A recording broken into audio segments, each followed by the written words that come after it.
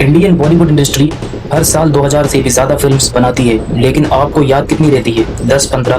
क्या आपने नोटिस किया है, जो फिल्म थिएटर में नहीं चलती वही अचानक कुछ ही हफ्तों में ओटीटी पर दिखाई देने लगती है। इंडिया दुनिया का सबसे बड़ा फिल्म प्रोड्यूसर है। बॉलीवुड, टॉलीवुड सब मिलकर हर साल 2000 से ज्यादा मूवीज बनाते हैं।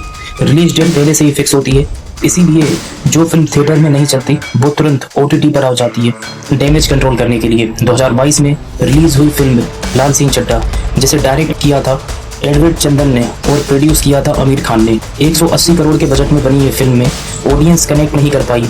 सोशल मीडिया पर हैशटैग बाइकआउट ट्रेंड चला, कंट्रोवर्सीज हुई और फिल्म सिर्फ इंडिया में एक्सपेक्टेशंस के अकॉर्डिंग कमाई नहीं कर पाई। लेकिन असली ट्विस्ट यहीं से शुरू होता है। फिल्म के डिजिटल राइट नेटफ्लिक्स को भारी कीमत पर बेचे गए। सैटेलाइट राइट, ओवरसीज कलेक्शन और म्यूजिक राइट मिलाकर फिल्म ने बड़ा हिस्सा रिकवर किया। मतलब थिएटर में फ्लॉप, लेकिन नॉन थिएटर रेवेन्यू में नुकसान कम हुआ। तो Laal Singh Chaddha pure box office numbers में फ्लॉप थी, लेकिन कंप्लीट बिजनेस मॉडल में ये पूरी तरह डूब नहीं पाई। आजकल फिल्में सिर्फ टिकट से नहीं, राइट और स्ट्रीमिंग डील से भी कमाती है। बॉलीवुड में फ्लॉप का मतलब हमेशा लॉस नहीं होता। आपने नोटिस किया होगा, कोई फिल्म थिएटर में फ्लॉप हो जाती है, लोग उसे क्रिटिसाइज कर देते हैं, लेकिन फिर भी प्रोड्यूसर लॉस में नहीं जाता। अब यहाँ पर सवाल ये है कि फ्लॉप फिल्म पैसा कैसे कमा लेती है और हम जो टिकट खरीदते हैं वो पैसा एग्जैक्टली कहाँ जाता है। तो आज हम बॉलीवुड के बिजनेस मॉडल को सिंपल लैंग्वेज में डिकोड करेंगे।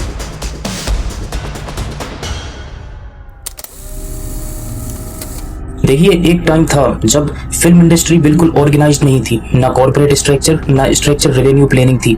इंडिपेंडेंट प्रोड्यूसर्स अपनी प्रॉपर्टी गिरवी रखकर या फिर फाइनेंशियल्स एडवाइजर्स से हाई इंटरेस्ट पर पैसा लेकर फिल्म बनाते थे। अगर फिल्म फ्लॉप हो जाती तो सिर्फ मूवी नहीं, प्रोड्यूसर का करियर भी खत्म हो जाया करता था। अब यहाँ पर रिस्क इतना ज्यादा था कि अंडरवर्ल्ड फंडिंग और पॉलिटिकल बैकिंग इन्वॉल्व होती थी। उस टाइम रेवेन्यू का सिर्फ एक ही सोर्स था, सिंगल स्क्रीन थिएटर्स। ना ओटीटी था, ना सैटेलाइट राइट थे और ना ही डिजिटल स्ट्रीमिंग थी। अगर थिएटर कलेक्शन डाउन तो सब कुछ डाउन और फिल्म लॉस में चली जाती थी। जब भारत आजाद हुआ था तब देश अपनी पहचान तलाश कर रहा था। पॉलिटिकल पहचान अलग बन रही थी, इकोनॉमिक स्ट्रक्चर अलग तैयार हो रहा था, लेकिन इसमें एक चीज थी जो बहुत तेजी से जनता के दिलों में जगह बना रही थी, वो थी सिनेमा। और यहीं से शुरू होती है कहानी बॉलीवुड इंडस्ट्री की। शुरुआती दौर में फिल्में सिर्फ एंटरटेनमेंट पर बेस्ड नहीं थी, वो एक सॉफ्ट पाउडर थी। जैसे कि 1950s और 60s का दौर था, जब देश गरीबी, बेरोजगारी और पार्टीशन के जख्मों से जूझ रहा था। जब फिल्मों में दिखाया गया गरीब लेकिन ईमानदार हीरो, जमींदार या अमीर विलेन और लास्ट में न्याय, ये सिर्फ कहानी नहीं थी, ये उस समय की जनता की भावनाओं का सिनेमैटिक रिफ्लेक्शन था। फिर आता है 70s का दौर। सिस्टम से नाराजगी बढ़ती गई, करप्शन हेडलाइंस में आने लगा और उसी समय स्क्रीन पर उभरता है एंग्री यंग मैन। ये कोइंसिडेंस नहीं था, सिनेमा हमेशा सोसाइटी के मूड को रिफ्लेक्ट करता है, लेकिन कभी कभी उसे सेव भी करता है। 1991 के बाद भारत की इकोनॉमी खुलती है, लिबरलाइजेशन आता है, फॉरेन फ्रेंड्स आते हैं और अचानक फिल्मों में भी चेंजेस दिखने लगता है। अब यहाँ पर कहानी गांव की नहीं, विदेशों में रहने वाले एनआरआई यानी नॉन रेजिडेंट्स इंडियन की होती थी, जिसमें लव स्टोरीज स्विट्जरलैंड में शूट होती थी, लाइफस्टाइल एस्पिरेशनल हो जाता था। सिनेमा अब सिर्फ कहानी नहीं बेच रहा था, वो सपना बेच रहा था। स्क्रीन पर चलती फिल्म लाइफस्टाइल, फैशन, एटीट्यूड और एस्पिरेशंस बिक रहा था। लेकिन असली चेंजेस तब आया जब 2000 में कॉर्पोरेट स्टूडियोज ने एंट्री ली। 90s तक ज्यादातर फिल्में इंडिविजुअल प्रोड्यूसर्स ही बनाते थे, रिस्क पर्सनल होता था, प्लानिंग लिमिटेड होती थी और डिस्ट्रीब्यूशन नेटवर्क फ्रेगमेंटेड था। लेकिन 2000 के बाद इंडियन फिल्म इंडस्ट्री में कॉर्पोरेट स्ट्रक्चर आने लगे। Professional budgeting, legal contract, marketing strategies और ग्लोबल डिस्ट्रीब्यूशन, ये सब सिस्टमेटिकली हो गया था। अब यहाँ पर क्या हुआ, ज्यादातर फिल्म प्रोड्यूसर स्टूडियोज के नाम पर चलने लगे। जैसे कि सबसे पहले बात करें तो वो है यश राज फिल्म की। 1970 में शुरू हुआ, लेकिन 2000 में इसने प्रोडक्शन के साथ डिस्ट्रीब्यूशन और ओवरसीज मार्केटिंग को नेक्स्ट लेवल पर पहुंचा दिया। ब्रांड वैल्यू क्रिएट करना ये YRF की सबसे बड़ी ताकत थी। फिर आया धर्मा प्रोडक्शन अंडर करण जौहर। धर्मा ने अर्बन ऑडियंस को टारगेट किया, glossy visuals, designer, customers, international location, cinemas. अब ये सब करना उतना कोई कॉम्प्लिकेटेड नहीं था, ये सब एस्पिरेशनल हो चुका था। कॉर्पोरेट रिवॉल्यूशन को बूस्ट मिला। इसके बाद शुरुआत होती है यूट्यूब मोशन पिक्चर्स और बाद में डिज्नी इंडिया जैसी कंपनी भी इंडस्ट्री में आई और इन सभी कंपनीज ने स्ट्रक्चर फाइनेंशियल शुरू किया, जिसमें रिटर्न और investment, marketing, research, audience segmentation, ये सब इंक्लूड था। और इन सब के आने की वजह से बॉलीवुड अब बिजनेस मॉडल पर चलने लगा। कॉर्पोरेट रिवॉल्यूशन को बूस्ट मिला। फिर उसके बाद आता है Reliance Entertainment, Yashraj film production, UTV motion picture, Balaji motion picture. इन्होंने फिल्म मेकिंग को कॉर्पोरेट स्ट्रक्चर दिया अब फिल्में सिर्फ कंटेंट नहीं थी, वो प्रोडक्ट थी। Pre released marketing, brands, collaborations, OTT rights, satellite deals, profit theatre से पहले ही सिक्योर होने लगा। लेकिन यहाँ एक इंटरेस्टिंग बात समझिए, बॉलीवुड सिर्फ आर्ट इंडस्ट्री नहीं है, ये एक बिजनेस इकोसिस्टम है। Producers houses, distribution network, satellite right, streaming deals, हर फिल्म के पीछे फाइनेंशियल स्ट्रक्चर काम करता है। जहाँ पैसा होता है वहाँ इन्फ्लुएंस भी होता है। समय के साथ कंट्रोवर्सीज भी बढ़ी और नेपोटिज्म डिबेट हो या फिर कोई पॉलिटिकल नैरेटिव्स, इन सब पर आरोप लगे। हर फेज में इंडस्ट्रीज पर सवाल उठने लगे। लेकिन एक बात क्लियर है, बॉलीवुड कभी न्यूट्रल स्पेस नहीं रहा। ये हमेशा पावर, पॉलिटिक्स, पब्लिक मूड और प्रॉफिट, इन चारों के बीच बैलेंस बनाता रहा है। आज ओटीटी प्लेटफॉर्म्स के दौर में ऑडियंस के पास चॉइस ज्यादा है, कंटेंट रीजनल भी है, ग्लोबल भी है। अब फिल्म बनाना एक गैम्बल नहीं, एक कैलकुलेटेड बिजनेस स्ट्रेटेजी बन गया है। आपने फैंटम जैसे प्रोडक्शन हाउस के बारे में सुना होगा। इस फैंटम हाउस की शुरुआत अनुराग कश्यप, विक्रमादित्य मोटवाने, मदी मंटेना और विकास बहल ने की थी। बाद में रिलायंस ने इसे 50% पार्टनरशिप में ले लिया। अब कंपटीशन सिर्फ अंदर का नहीं है, इंटरनेशनल लेवल का है। और शायद ये इसी का सबसे बड़ा रीजन है कि पहली बार फिल्म को खुद को रिलेवेंट करना पड़ रहा है। अगर मैं आपसे क्वेश्चन पूछूं, आप थिएटर जाकर कितनी फिल्म्स देखते हो, तो आपका जवाब होगा 10 या फिर 15। लेकिन बाकी 1900 फिल्म्स का क्या? उनमें से 90% अपना बजट तक रिकवर नहीं कर पाती और इंडस्ट्रीज में पावर गेम चलता है। और अक्सर ऐसा होता है कि बड़ी फिल्म्स प्राइम डेट्स ले लेती है और मल्टीप्लेक्स स्क्रीन भी अब उन्हीं को मिलती है जिनकी मार्केटिंग स्ट्रॉन्ग होती है। बाकी फिल्म्स क्विकली ओटीटी पर शिफ्ट हो जाती है। अब सबसे इम्पोर्टेंट पार्ट, आज फिल्म का रेवेन्यू सिर्फ टिकट से नहीं आता, ये होती है मेजर अर्निंग स्ट्रीम से।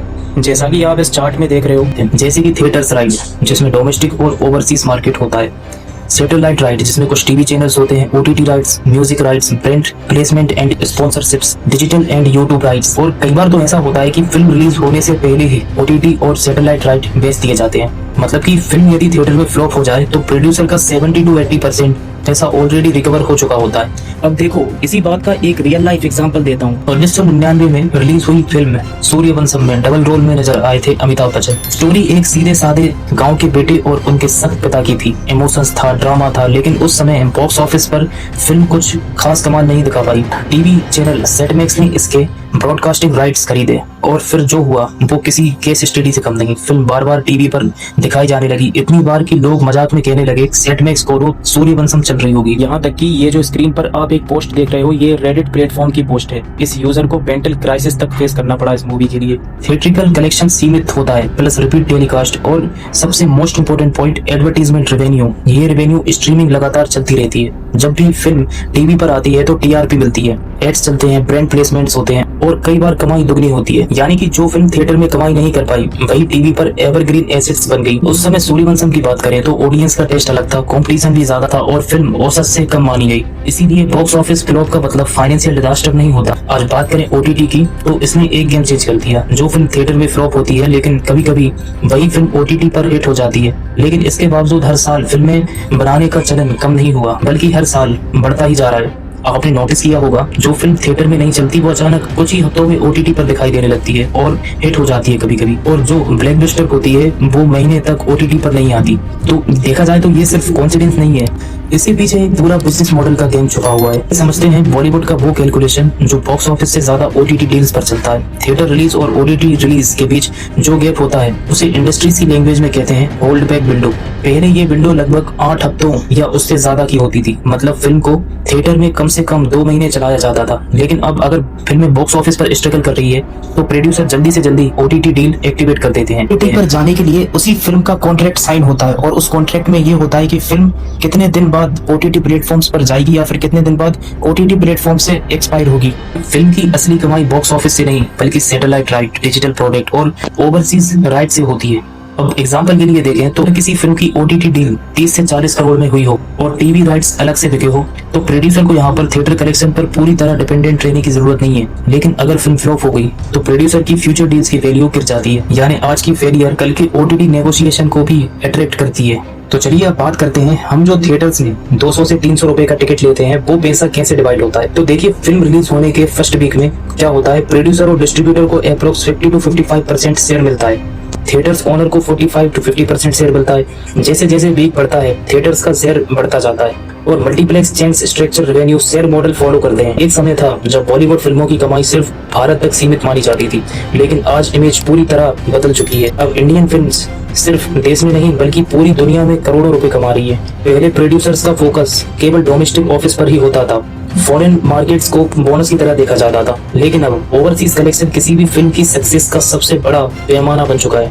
यूएसए, यूके, मिडिल ईस्ट और ऑस्ट्रेलिया जैसे बाजार अब बॉलीवुड के लिए गोल्ड माइन बन चुके हैं। अगर बात करें स्टार पावर की तो शाहरुख खान का नाम सबसे पहले आता है। वो सिर्फ भारत में नहीं बल्कि इंटरनेशनल मार्केट में भी लंबे समय से मजबूत पकड़ रखते हैं। तो सिनेमा हो या फिर यूट्यूब, कंटेंट बनाना पहला स्टेप है, लेकिन उसे ऑडियंस तक पहुंचाना वही असली गेम है। जैसे बॉलीवुड में प्रोड्यूसर्स अपनी फिल्म के राइट्स डिस्ट्रीब्यूशन को बेचते हैं, theatres rights, satellite rights, digital rights. अब बात करते हैं फिल्म हिट या फिर फ्लॉप होने जैसे इल्यूजन्स पर। देखिए, इंडिया में फिल्म हिट या फिर फ्लॉप सिर्फ स्टोरी से तय नहीं होती। असल गेम शुरू होता है कैमरा बंद होने के बाद, क्योंकि फिल्म बनाना आसान है लेकिन उसे पूरे देश के सिनेमा घर तक पहुंचाना सबसे बड़ा चैलेंजेस है। इंडिया में फिल्म डिस्ट्रीब्यूशन एक बेहद ही कॉम्प्लिकेटेड ऑर्गेनाइजेशंस और स्ट्रेटेजिक सिस्टम है। पूरा देश अलग अलग सर्किट या फिर जोन में बटा हुआ है और हिंदी फिल्मों के लिए लगभग 11 बड़े सर्किट माने जाते हैं, जैसे बॉम्बे सर्किट, दिल्ली सर्किट, निजाम सर्किट और east Punjab circuit.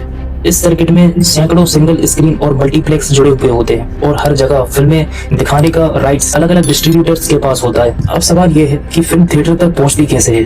Producer film बनाता है, फिर डिस्ट्रीब्यूटर उस फिल्म को किसी खास सर्किट के लिए खरीदता है या कमीशन बोनस पर रिलीज करता है। डिस्ट्रीब्यूटर सिनेमा घर में डील करता है, शो टाइम तय करता है, स्क्रीन काउंट तय करता है और मार्केटिंग सपोर्ट देता है। लेकिन यहाँ पर एक डार्क रियलिटी है, हर फिल्म को स्क्रीन नहीं मिलती क्योंकि डिस्ट्रीब्यूटर ने सालों में ये नेटवर्क बनाया है, उन्होंने पैसा लगाया है, रिस्क लिया है और उनका मकसद सिर्फ एक है, ऐसी फिल्म चलाना जो टिकट खिड़की पर भी चले। अगर फिल्मों में स्टार पावर है, म्यूजिक हिट है या फिर ट्रेलर वायरल है तो डिस्ट्रीब्यूटर रिस्क लेने को तैयार होता है। लेकिन अगर फिल्म छोटी है, नया चेहरा है या फिर मार्केटिंग उसकी कमजोर है तो उसे कम स्क्रीन मिलती है या कई बार रिलीज ही नहीं मिलती।